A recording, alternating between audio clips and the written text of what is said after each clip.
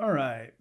I came across this video and I've been wanting to do a reaction to it because it's Matt Dillahunty. Now, if you didn't see Matt Dillahunty take on Jordan Peterson, that's definitely worth watching. But he's taking on Dinesh D'Souza, one of the most intellectually dishonest people. And we're going to see what happens because I haven't watched this yet. I'm going to be doing reacting to it. But we're going to see what happens when Dinesh D'Souza has to actually debate somebody who isn't a college student.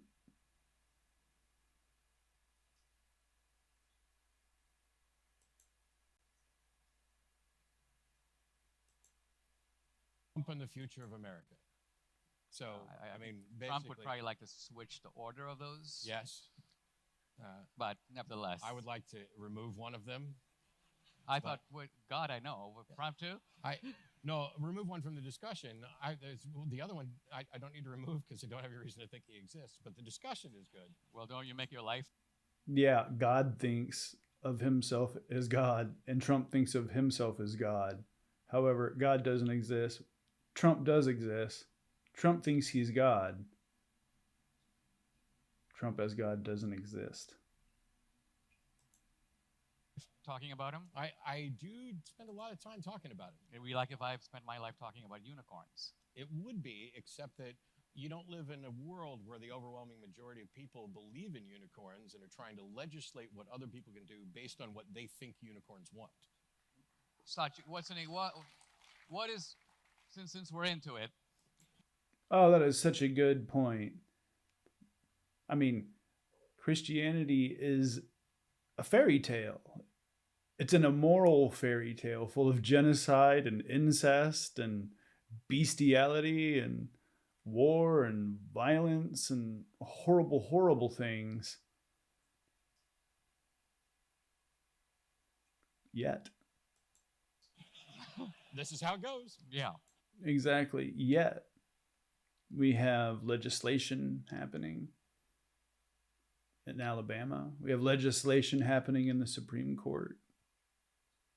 All based off of a mythical dead dude on a stick and a magic book full of talking animals. What is a specific, concrete example of someone trying to do that? Of trying to...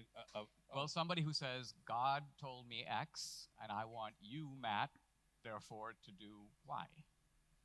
Oh, it's who says that? Who takes that position that you are spending your life fighting?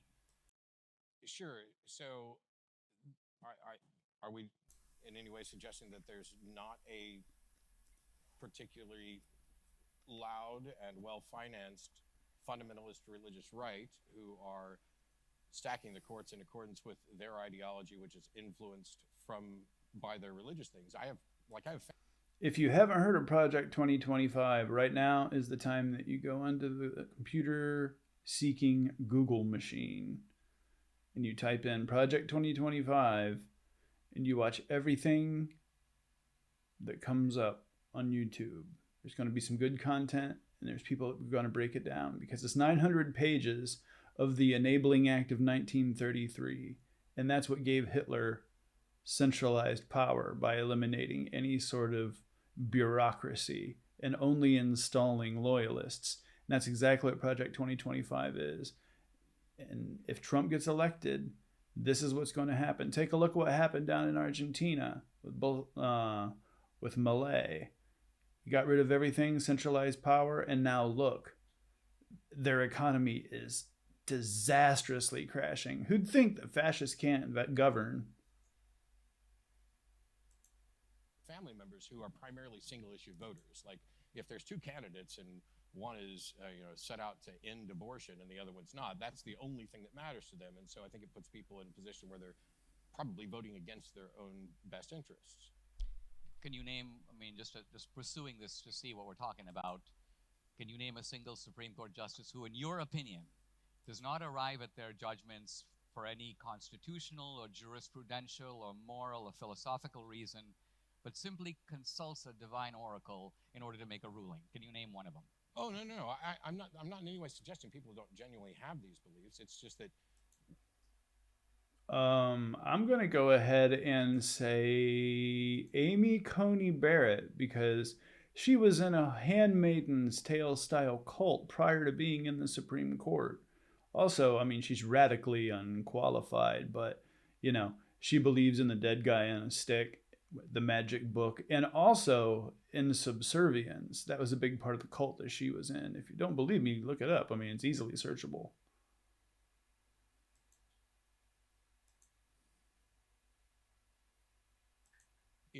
if people's views, like people within all of them, whether they're Supreme Court justices or not, they're going to have particular views on how the way the world's going to work. You and I are. And Sure.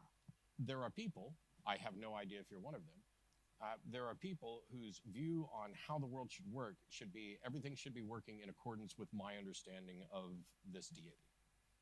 Well, let's take an example, because I think the discussion can become kind of airy if we don't pin it down. Okay. Let's talk about abortion. Sure. Okay. Did you know, for example, that Christopher Hitchens was pro-life? I know, for example, that Christopher Hitchens was not pro-life. Well, He was. There's two different aspects of this. First of all, it doesn't matter what Hitchens believed in the first place, but he wasn't in favor of making it illegal. And my primary issue when it comes to like abortion is the legality, not whether or not somebody thinks it's immoral or not.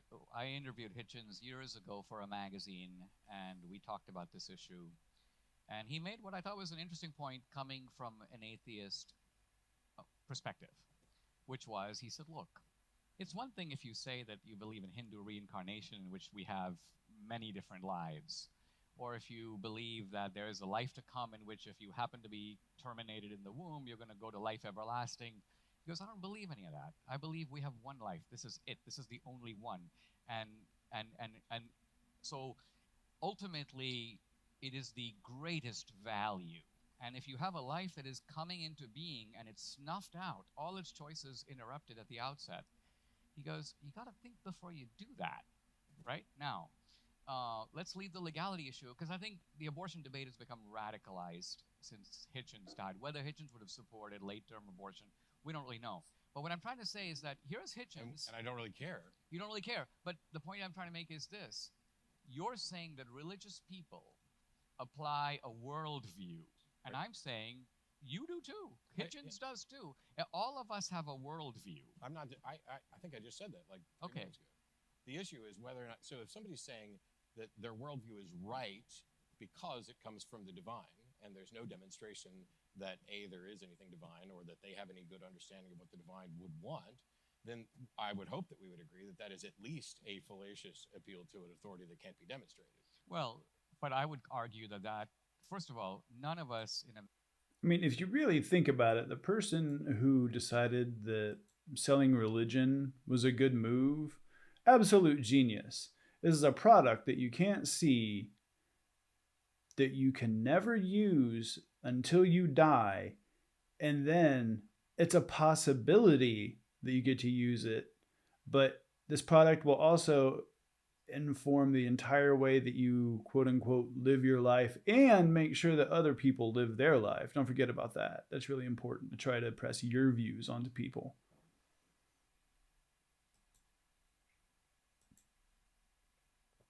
America conducts a voting test in which when somebody comes into the booth and decides, for example, why do you want to have an abortion? Someone could say, because it's fun. Someone could say, because I think it's a form of birth control. Someone could say, in other words, what I'm trying to get at is we don't conduct a rational scrutiny test to make sure that people who vote about climate change, someone says, I believe in climate change. I'm like, don't you own a house that's on the water? Yes, you do. Has that house gone down in value? No. Now, if is that the test for whether? No. What What I'm trying to say is we don't subject people's political views to a scrutiny in which we ask, are they irrational? In what way?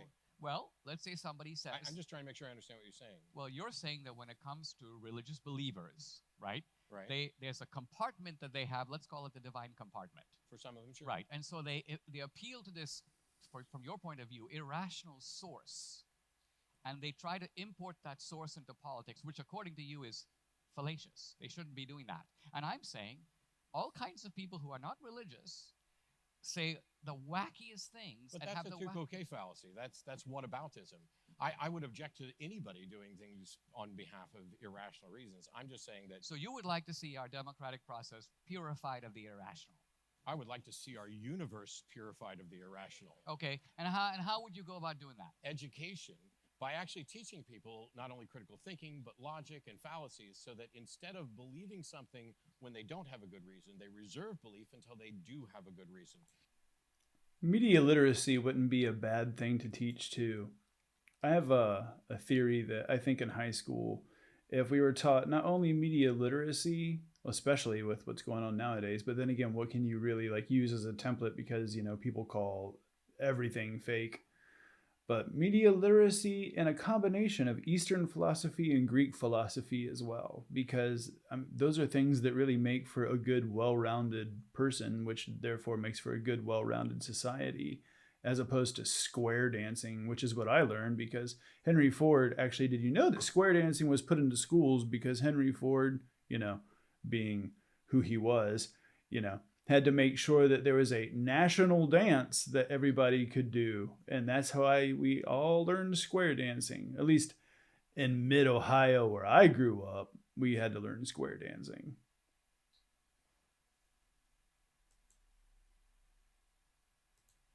You shouldn't believe anything until the evidence actually supports it. What is the evidence for God? What is the reason that anybody should believe there's a God at all? Okay. And so far, despite countless debates, nobody seems to have come up with a sound reason for that. And yet they go 10 steps further, which is not only is there a God, but it's this God and my understanding of this God. And this is how we interact, and the Bible is the true guidebook, or the Quran is the true guidebook. And the question then becomes, we have a proposition, any proposition, whether it's God or climate change or whatever. How do we go about determining whether or not that proposition is reasonable to accept? Okay. And on the God front, maybe you have something better than anybody else has come up with. What is the reasonable warrant for accepting that there's a God at all? Okay. Let me try to answer that. I start with the fact that here we are flung into the world with no clear understanding of A, where the universe came from, not the earth, but the universe. B, why we're here and what the purpose of our life is. And C, what, if anything, happens to us after we die. I would argue that, so we are in a very peculiar position where human beings were flung into the world, and the three of the most important questions we could possibly ask, we have no answer to. Now I'm going to hold agree on. with you. You do you agree, or you not agree? I'm going to agree with you on two of the three. The middle one, on purpose, I think assumes there's a purpose that there's been no demonstration there's a purpose to it. What, if any, purpose we have for our life? Okay, so now we are in agreement that on the three cardinal questions, we are in a certain kind of blindness. We're in a certain kind of blind ignorance because we don't know, correct? So I don't. So if we start, you're saying we're flung into this universe without an understanding of the origin of the universe, the purpose of life, or what happens afterwards. Right, where the universe came from, yes. Who, if anyone, or Sure. what made it, if anyone. B, what the purpose of our life is, if any. And C, what, if anything, happens to us after we die. We are in violent agreement right now. Perfect. Now, the second question arises, what does science have to say about these three questions? Can science either now, and if it can't now, settle these matters in the future? Let's look at them one by one. Let's take them in reverse order. Sure. Can science decide the matter of whether or not there is life after death, yes or no? It depends. Depends on what?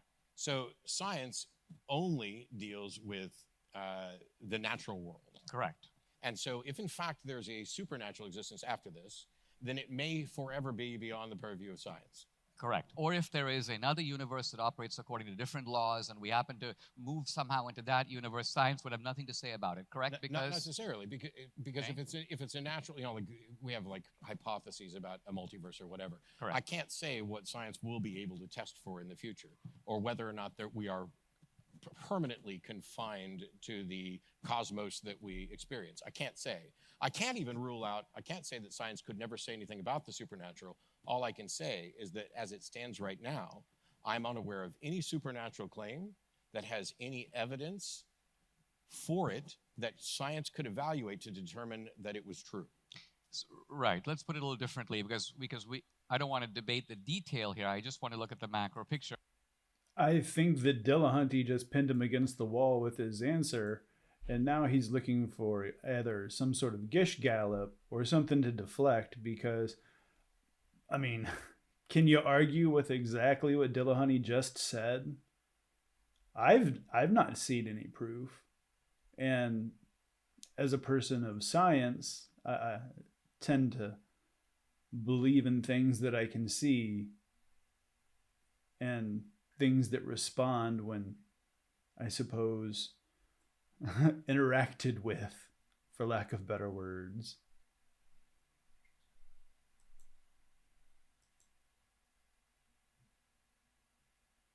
And what I'm basically saying is Shakespeare said, I think correctly, death is the undiscovered country. No one has been to the other side of the curtain and essentially reported, given us empirical evidence one way or the other, correct?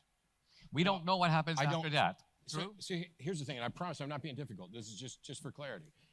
As a skeptic, my position is not, like when the psychics who claim that they're speaking with the dead. Right. My position is not, they're wrong and that's bullshit. My position is they cannot demonstrate that what they're actually doing is what they claim. And so I can't say nobody's been to the other side and communicated back. I can just say there's no reliable evidence for it, and I don't know what shape that evidence would take in order to demonstrate that. Okay, I want to come back to that because that you've now made to me a very striking claim, namely that we should, I think you're saying, disbelieve all claims for which there is not sufficient evidence. So not just that we should take an agnostic position, but we should disbelieve them. That's two different things. Oh, so if you mean disbelieve as in believe they are not true, that's the exact opposite of what I just said. Okay. What I said was we should believe things when there's evidence for it, and that is both the proposition that the supernatural is real and the proposition that the supernatural is not real. Okay. You can so agnosticism isn't some middle ground between believing X and believing not X. There is no middle ground. You are either convinced of X or you are not convinced of X. And I'm not convinced that the supernatural is real.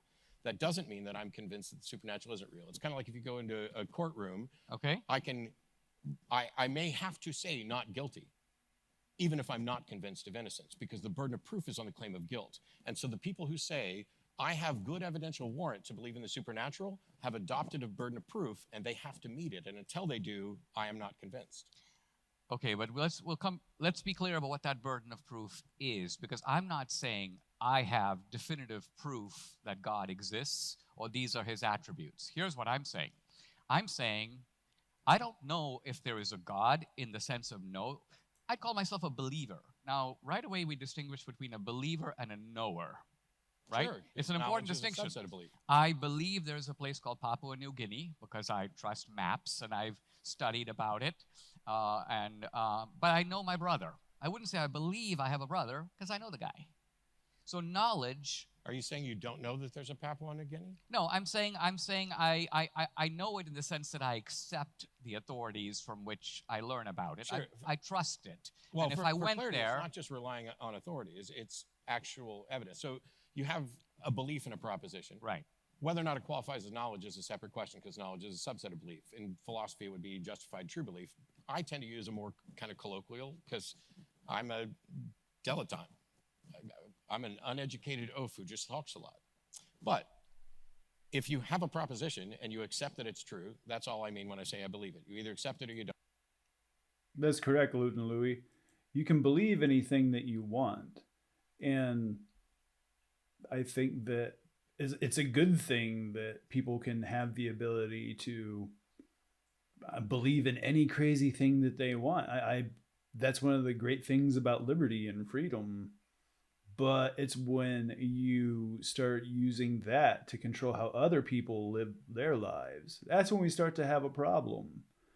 But I agree, believe is just called believe because it's just believe. Remember, faith is nothing more than cognitive dissonance.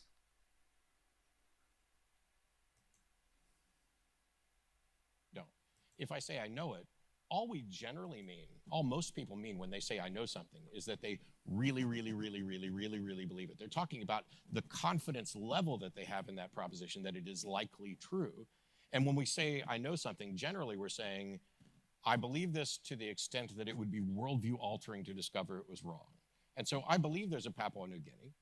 I would actually argue that I know, I have evidential warrant that there's a Papua New Guinea without actually ever having been there.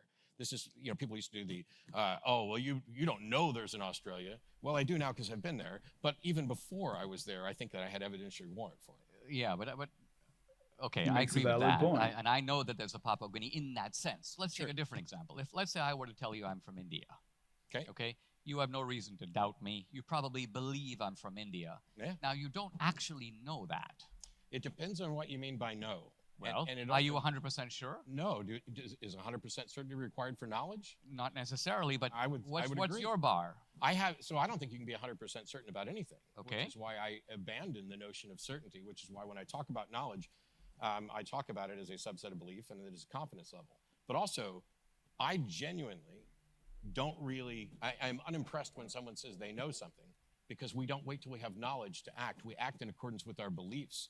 And whether or not your belief rises to the level of knowledge doesn't change what your action's going to be. All right.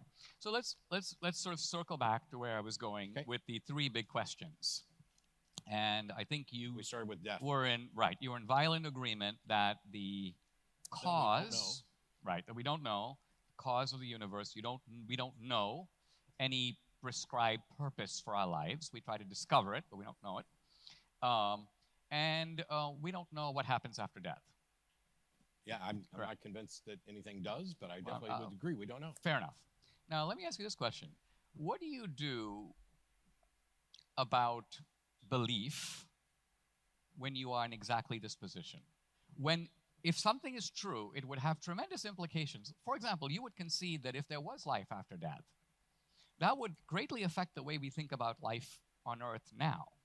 It would. Depending on what that life looked like. And depending on whether or not anything in this life had any impact on that life. Correct. But right. Yes. So let's just say if the religious narratives are correct, and there is some sort of cosmic justice in which, let's just say, the crimes that are the undiscovered crimes of this life have to be accounted for in a future life, we would probably have to start thinking about all the stuff that we get away with in private, because even though we escape human accounting, there would be some sort of presumably divine accounting. So, I genuinely think that people who don't do a bunch of scummy shit, they don't think like that, and they don't worry about stuff like that.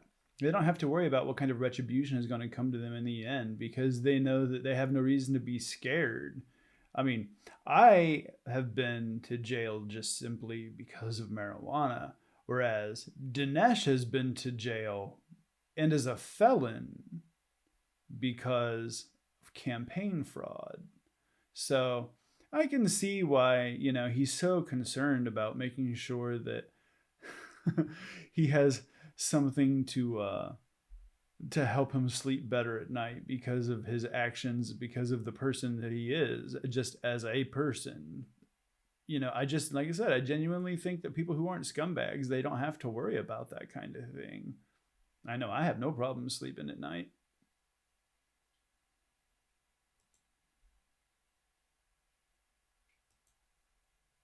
All I'm trying to establish is that there's a relevance to these questions, even if we don't definitively know anything about them, anything about the answer. The answer matters which way we go. I agree the answer matters. It's just that the answer right now is I don't know, and you can play the what if game for any one of them. What if there's nothing? What if it's the end?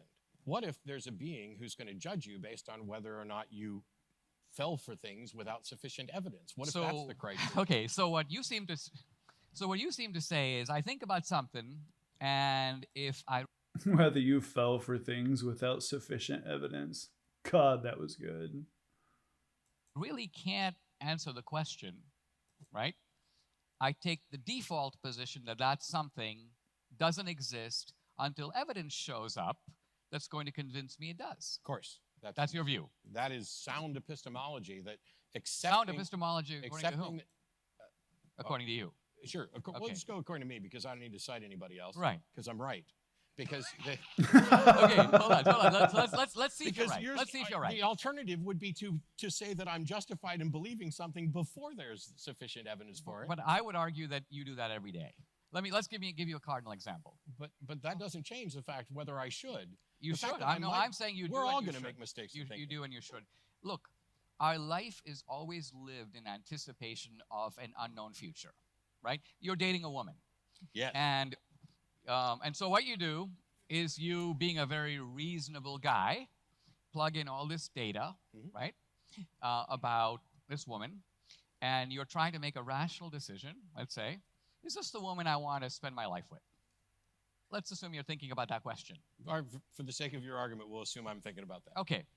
Now, I would argue that in reality, given the way human beings are, you could never really know what life with this person is going to be like, let's just say over the next 30 years. First of all, you'll be different people in 10 years, different people in 30 years. So this question about what it's going to be like is unanswerable with any high degree of certainty. Correct? Yeah, which is one of the reasons why I, unlike many religions, actually support the notion of divorce and am opposed to the notion that there's a soulmate out there that you're going to be everything to forever. If we're both in agreement that we don't know what the future holds, I don't make a decision but to if say... you'll pardon me, that's a tediously predictable response. I'm not going there. Where I'm going with is the fact... I didn't think you were going there. No, because...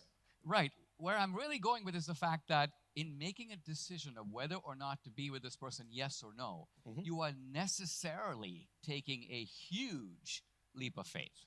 No. See, that's the thing. The way I operate my life, and maybe I'm a weirdo, is, so for example, in this case, I have no plans to end this relationship, and neither does she. But we are both adults, and there were 2 rules. Be honest, have fun. That's it. That's all. Be honest, enjoy life. And as long as we're both honest, we can reevaluate the nature of our relationship at any point. I am friends with every one of my exes, including my ex-wife, who I just spoke to. We went into it with this optimism that perhaps we would spend the rest of our lives together, and with the realistic notion that it doesn't happen. Anybody who, the divorce rate's 50-some-odd%, anybody who goes into a marriage now thinking, we're never going to get divorced, is already in opposition with the actual data. And so I, as a huge proponent of David Hume, one of my favorite quotes from him, is that the wise man proportions his belief to the evidence. So my confidence in any proposition, including this particular relationship lasting until I die, is based on whatever data I have. I don't have some delusion that some other people want to run around with. I've found the person and we're definitely going to be together forever because life is uncertain. And it seems that rather than engaging in that self-deception, I'm fine saying, this is what I hope happens. I hope that I am with you for the rest of my life. I hope that, or for the rest of our lives or whatever, but I don't have an unrealistic expectation. But don't you make plans? Sure, I make plans for tomorrow because that's the pragmatic. You don't buy insurance, you don't build homes, you don't make plans, you don't put money into a 401k, and you don't put money into educational funds. Yes. You do. Right. So in other words, that's because I have a reasonable confidence based on data about how long I'm likely to live and what benefits are likely to be rewarded from there. Based on not an exercise of faith. Let me ask you this. Because what you're talking about is confidence in the absence of certainty. But my confidence is proportional to the evidence. The fact that there isn't certainty about the future doesn't mean that it's an exercise of faith. I'm saying that the evidence you're invoking is bogus because according to you, if the divorce rate were 5%, you would make lifetime plans because according to you, there's a much higher chance, 95% probability. Okay, this is just complete intellectual dishonesty because I think he's just doing anything he can to try to poke holes into what Dillahunty said. Because what Dillahunty said, not only was backed by evidence, but also his own personal life experience. As somebody who's also been divorced myself, what he says is true. I mean, Dinesh says people will change, and yeah, that's 100% true. But also, you have to use a semblance of pragmatism as you grow older if you're going to stay in a relationship with somebody, because you're two different people.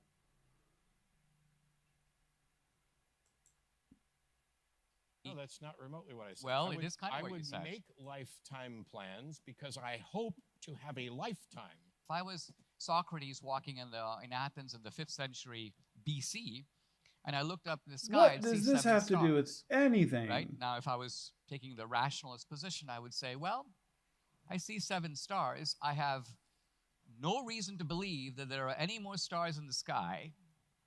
And Hey, just for clarity, yes, are you saying this is remotely accurate, or is this just an example? Because anybody who thinks that back then people only saw 7 stars, I got problems with. no, fair enough. Okay. Fair enough. I'm using the limited radius of our empirical knowledge. I knew that. Just for your benefit, it's an analogy. Yeah, Right. you got it. And you know so the ancients knew the Earth is round and so on. But the point here is that you have this limited body of data. But if you really reflect on the data, and you also reflect on yourself, right away you see, hey, I'm Socrates. I've never moved 5 miles away from the place I was born. I don't even know how big the Earth is. There could very well be a whole bunch of other stars out there, and just because I have not 1 ounce of empirical evidence for them, I can't be close to them or declare them out of bounds or declare that my whole... Does that explain why people who've never been outside of their hometown tend to always not only be afraid of anything quote unquote progressive, but also just genuinely, I suppose, are lost when it comes to the workings of the world? Because when you're trapped in this tiny little bubble, you only know so many things, and then you only know what you're taught. It's like, you know, your weird aunt would teach you some weird shit back in the day, and you just go through your life thinking that that was actually canon, that's actual knowledge, and then you get on Wikipedia and find out, you know, what she said was complete bullshit, even in a source that people can edit. So yeah.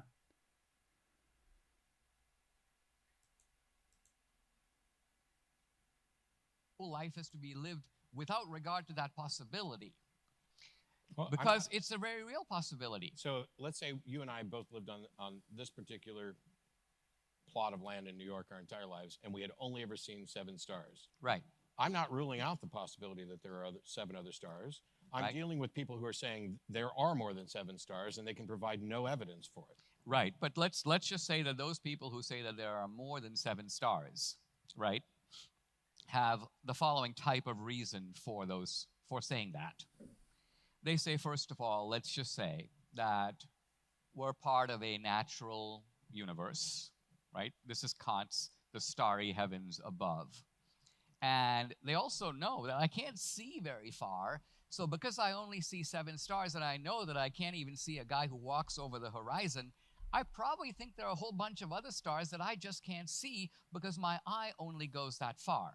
Would that be an irrational reason to believe in more stars even though I only see 7? Yes.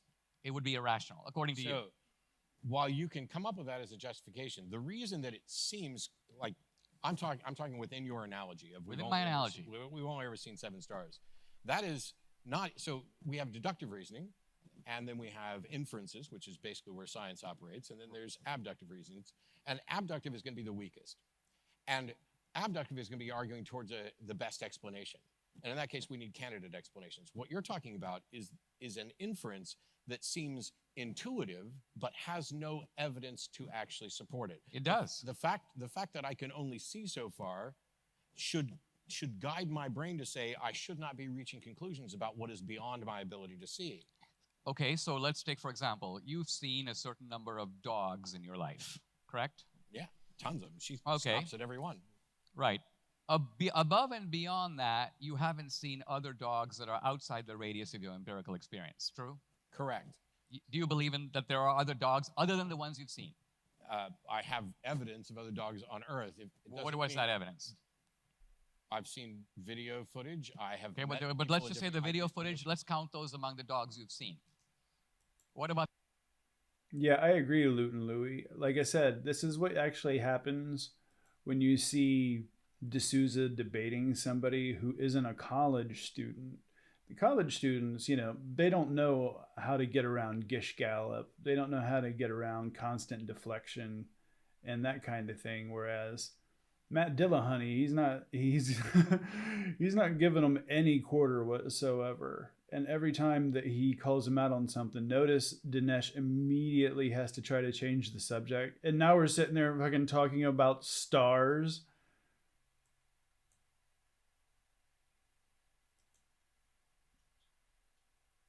the dogs you haven't seen? Sure. You believe they exist? On And Earth, dogs. yes, but if you tell me that I should then believe that there are dogs on Saturn, that's the level of thing we're talking about. No, here. it's not. It's not. Absolutely not. See, this is the heart of the matter. This is the heart of the matter.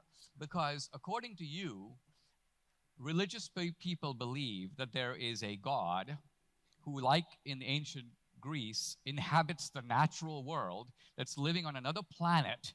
And so your reasoning is at the level of the cosmonauts who go up into the sky and go, no God up here, therefore God doesn't exist. No, that's not it. Well, you just said that I'm proclaiming a dog on Saturn. Yes. And I'm saying that's not what I'm doing at all. So if I can only see 7 stars, there is a weak inference that there may be more stars, but to believe there actually are more stars isn't yet justified by the evidence. The dog example on Earth, even though I have not experienced every dog, I can actually do pretty much a rough estimate of dog by searching through data on how much dog food we sell, how many people buy Kong things for their dogs, how many Pets R Us are scattered around the world. There's all sorts of data that get to this thing where now it is a strong inference that there is a dog in China that I have never met and will never meet.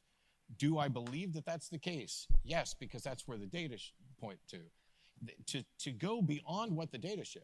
Okay. To say that just because I know that I have a limit to my vision and I can see 7 stars, therefore I believe there are more, that is to go beyond what the data presents. You could, though, invent a telescope and improve your vision and get new data, which is exactly what we did to discover that we don't just live in the one and only galaxy and that the Earth isn't the center of the universe. Once we got that data, we began to have a better understanding of it. There are things like the Higgs boson, for example, which are a part of theoretical physics that we didn't have physical, empirical evidence for, but that the math pointed to.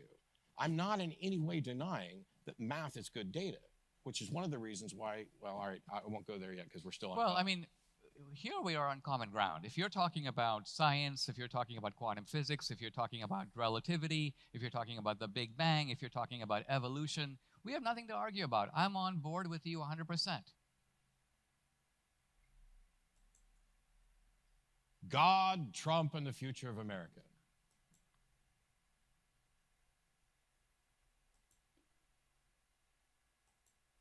That was a masterclass by Matt Dillahunty on how to refute somebody like D'Souza when they start gish galloping. You just have to stick to facts. And in the end, facts really are the enemy of the Christian nationalist. And I wish this video was shown to college students so that they would learn a thing or two about how to debate these kind of people. Go to skipfranzjr.net for podcasts. Fresh record player that, I could just spin records all the time. I run into the bathroom and I'm covered in blood. Like I had put my tooth through my bottom lip. For music.